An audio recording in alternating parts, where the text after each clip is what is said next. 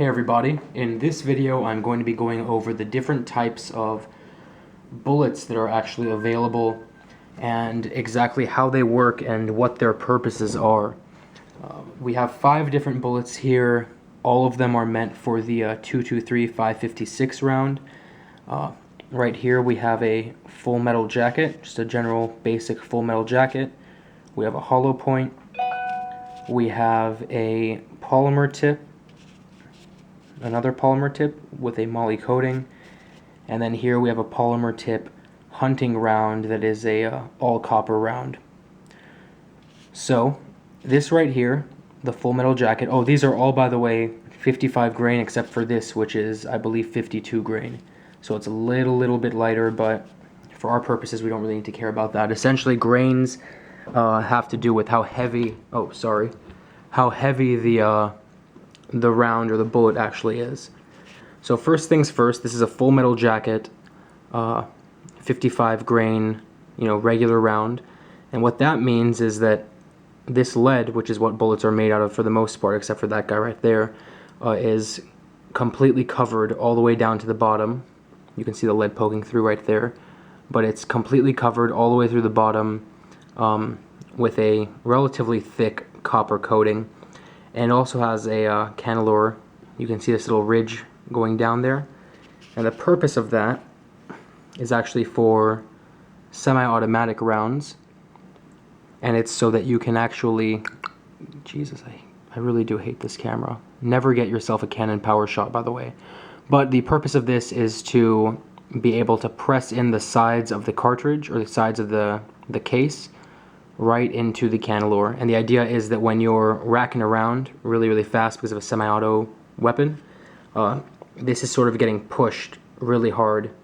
So you want to essentially stop that from getting pushing the round deeper in there, because even a minuscule amount of compaction can greatly increase the chamber pressure, and that can become sort of dangerous, and it also affects accuracy. So that's the basic round, that right there. These are very good at piercing because they really have no way to slow down. Just a quick little physics lesson for people. The power of a bullet has to do, especially with a rifle, with its speed. But more than that, it actually has to do with the fact that you have all of this energy in the form of speed traveling through the air.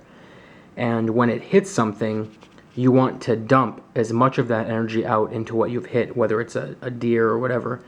So things like this aren't too great. While they definitely get the job done, they aren't too great at inflicting that much damage, just because they don't really slow down all that much. The 5.56 223 round is a bit unique in that it tumbles, and that's a whole nother video, but the general idea is that these guys sort of just go straight through, so it's called ice picking, and that makes them a bit less effective tumbling aside.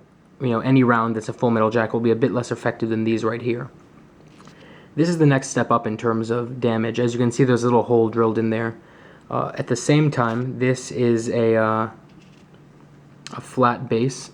You can see that makes it a little bit worse in terms of aerodynamics, just because you have a lot of turbulent air in the back, sort of knocking this little guy around. This has a boat tail. As you can see, it's sort of streamlined, almost like a sports car. And that sort of swoops in like that and makes the air much less turbulent behind it. But that's another topic. The idea behind this is that once it hits a bunch of material, whether it's bone or muscle or tissue or clothing or whatever it is, gets wedged inside of this.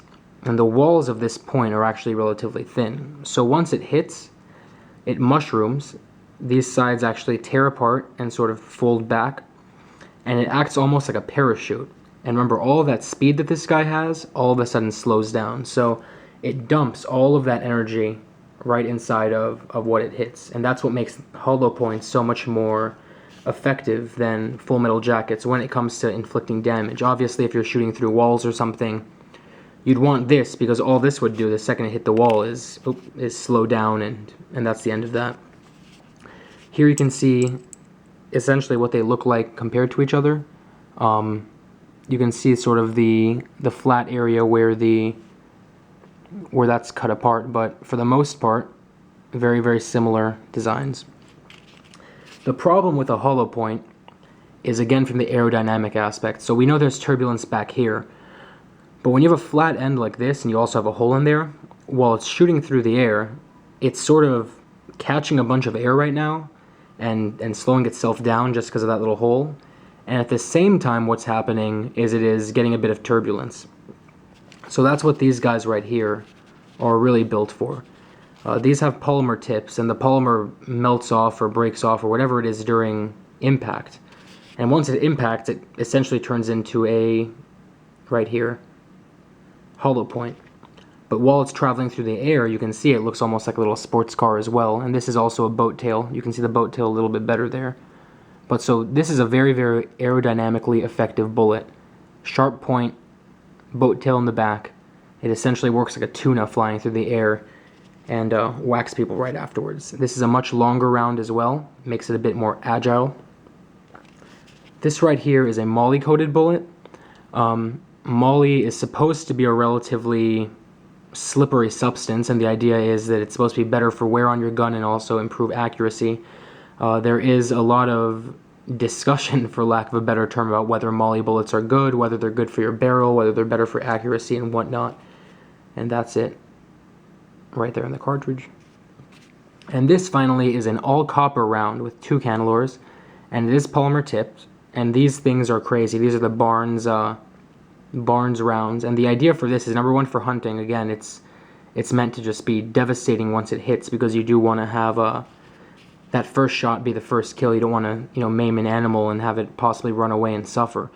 But at the same time, these are all copper, because there are some hunting grounds where essentially you're dealing with endangered animals or endangered wildlife, where you obviously don't want to be dropping a bunch of lead everywhere. And just from a being nice standpoint, I guess if you're hunting, it's probably better to use copper rounds anyway, just because you're not polluting the environment and hurting the other animals that weren't lucky enough to get shot. This is brought up to the first or second, depending on how you want to look at it, candelore. But again, the idea for this is these are meant to be extremely accurate as well. So they have 2 different candelores, so that if you are in fact shooting with it, you can pick one based on exactly how accurate each length is, or how much pressure you want to build up in your chamber and whatnot. So anyway, here is the final little show of the rounds. But anyway, I hope you like that, and if you have any questions, feel free to ask me down there in the comments, and I will see you with another video very soon. Have a nice day.